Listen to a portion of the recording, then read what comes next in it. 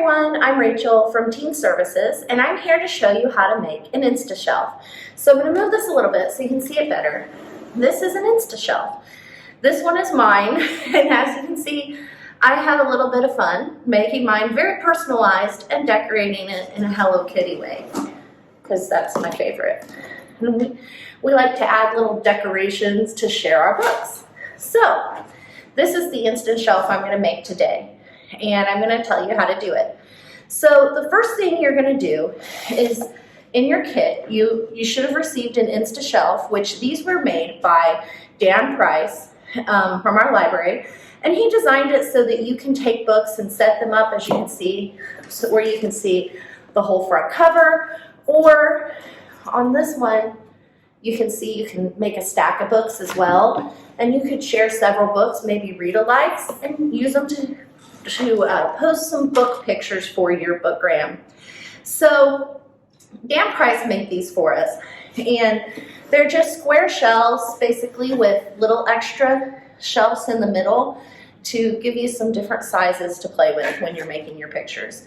And the first thing we do is your kit should have little paint brushes, sponge brushes, different colors of paint.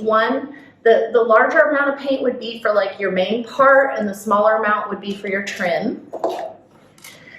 And then some Mod Podge.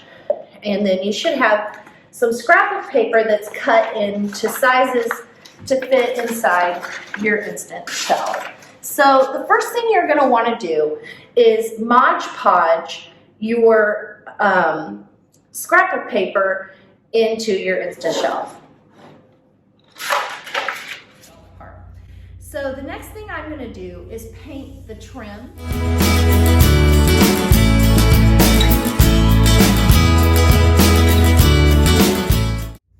And it could take more than one coat to get this done in. So this may be something that you're working on for a couple days actually, or for a whole day where you walk away from it, let it do some drying, and then go back and paint some more. I know that this one we did, I think, 2 coats. At times, it might be easier to paint if you turn your shelf sideways like this. So now I've painted the trim, I'm going to work on painting the insides with the alternating color. Make sure you know where you're wanting to put the paper before you start getting crazy with the glue, because it might be a little bit hard to move. You can follow our bookgrams, and I can't remember Jenny's off the top of my head, but with the magic of video, I will add it down at the bottom here. And Jenny's bookgram is a Spanish language bookgram, so she shares some really fun books that you can find in Spanish language. And my bookgram is at the YA Librarian, and I mainly share YA books, but I put in some fun adult books. I recently put in a post about a cookbook, and now and then I also share books that are children's books. So once you put this in here, you want to smooth it out, any bubbles. It doesn't have to be perfect, because you're not going to really see it that well in the pictures when you get on your make a picture for your bookgram.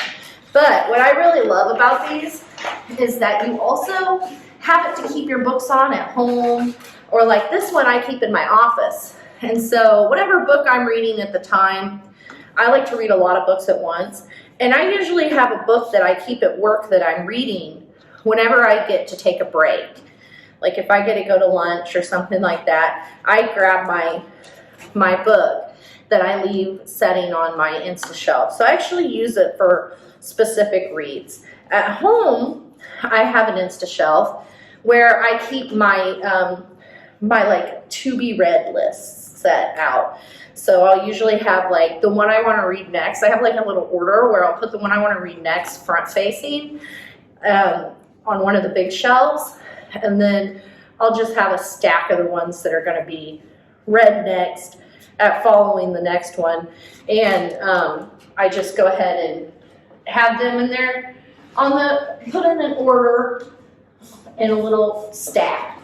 So they're ready to go when I want to read them. So as you can see, I got the first two pieces put in there. I will tell you a little secret that Mr. Dan Price is currently, at this very moment that I'm recording this, he is outside working on another little fun project that we're going to be doing as a weekly teen craft soon.